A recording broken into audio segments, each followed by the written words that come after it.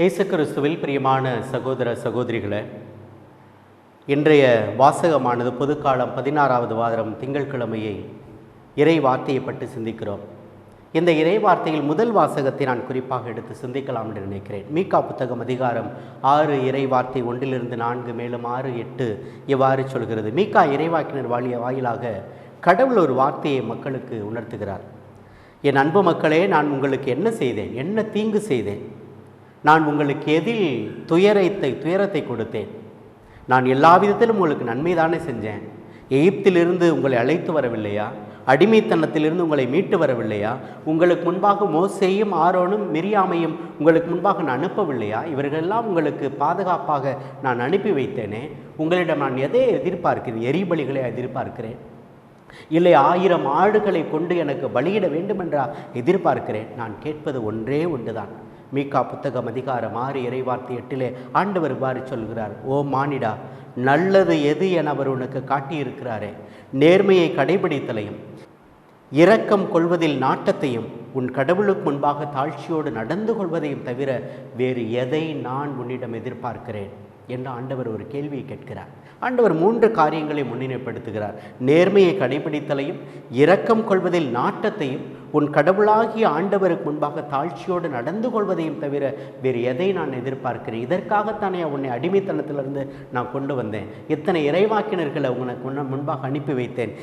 இந்த இஸ்ரேல் நாட்டிற்கு உங்களை ஒவ்வொரு நாளும் அழைத்து வந்தேன் என்று ஆண்டவர் சொல்லுகின்ற அந்த வார்த்தை என்பது நாம் உண்மையாக அவருக்கு பிரயோஜனமாக உண்மையுள்ள பிள்ளைகளாக வாழ்வதற்கு 3 காரியம்.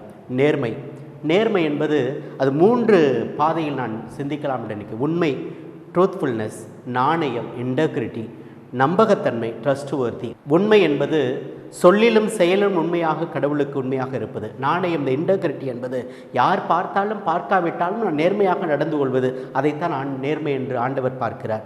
நம்பகத்தன்மை நேர்மையில் எப்படி இருக்க வேண்டுமென்றால், நான் கொடுத்த வாக்குறுதியில் உண்மை உள்ளவனாக, பிறருக்கு பிரயோஜனமாக, பிறர் என்னை நம்புகிற வகையில் என் வாக்குறுதியை நிறைவேற்றுகிற மகனாக நான் வாழ்வதற்கு தகுதி உள்ளவனாக இருக்கிறேனா என்பதை இந்த நேர்மையின் அடையாளமாக ஆண்டவர் கேட்கிறார். நேர்மையை கடைபிடித்தலை. 2வது, இரக்கம் கொள்வதில் நாட்டம். அதில் ஒரு வாஞ்சை, ஒரு ஆர்வம், ஒரு தாகம் இருக்க வேண்டும் என்று எதிர்பார்க்கிறார். பரிவுள்ளம் கொள்வதற்கு, இரக்கம் கொள்வதற்கு, அதாவது என் குடும்பத்தில் மட்டுமல்ல, என்னை சார்ந்தவர்களுக்கு மட்டுமல்ல, எல்லோருக்கும், தன்னை போல பிறரையும் நேசி என்று சொன்ன அதே கடவுள் எல்லோருக்கும் இரக்கம் காட்ட வேண்டும் என்ற ஒரு உணர்வையும் கூட அந்த நாளில் சுட்டி காட்டுகின்ற கடவுளாக இருக்கிறார். 3வதாக, தாழ்ச்சியோடு இருப்பது என்று சொல்லவில்லை, கடவுளுக்கு முன்பாக தாழ்ச்சியோடு நடந்து கொள்வது.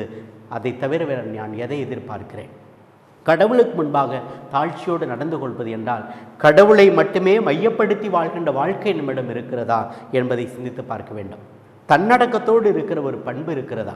தற்பெருமை என்பது, கடவுள் கொடுத்த கொடை, ஏகப்பட்ட கொடை நமக்கு இருக்கிறது. இன்று வைத்திருக்கிற செல்வமாக இருக்கலாம், சொத்தாக இருக்கலாம், நிலமாக இருக்கலாம், பணமாக இருக்கலாம், அல்லது பட்டமாக இருக்கலாம், வைத்திருக்கின்ற பதவியாக இருக்கலாம். எல்லாம் கடவுள் கொடுத்தது என்று ஒரு மனிதன் எப்பொழுது நினைத்து பார்க்கிறானோ அதுதான் கடவுளுக்கு முன்பாக தாழ்ச்சியோடு நடந்து கொள்வதற்கு அடையாளம் என்பதையும் இந்த நாளில் ஆண்டவர் சுட்டி காட்டுகிறார். 3வது, கடவுளுக்கு சித்தத்திற்கு கீழ்ப்படிவது. வாழ்க்கையில் என்ன நடந்தாலும், நல்லது நடந்தால் ஆண்டவரே பிரைஸ் தி லார்ட் என்று சொல்வதே அது மட்டுமல்ல, வாழ்க்கையில் தீமை நடந்தாலும், வாழ்க்கையில் நன்மையை தவிர வேறு எது நடந்தாலும் கூட கடவுளை இது உமது சித்தம் என்று ஏற்றுக்கொள்கிற நல்ல மனப்பான்கு எங்கு வருகிறதோ அதுதான் கடவுளுக்கு தாழ்ச்சியோடு நடக்கின்ற பிள்ளைகளாக இந்த உலகத்தில் பயணிக்க முடியும். அன்பு சகோதர சகோதரிகளே, நம் வாழ்க்கையிலும் கூட இஸ்ராயேல் மக்களை பார்த்த ஆண்டவர் கேட்கின்ற கேள்வி, மானிடா, உனக்கு நான் என்ன செய்தேன்? என்ன தீங்கு செய்தேன்? உனக்கு என்ன துயரத்தை நான் கொடுத்தேன்? உன் வாழ்க்கையில் எல்லாம் ஆசீர்வாதங்களை தான் எனக்கு கொடுத்திருக்கிறேன்.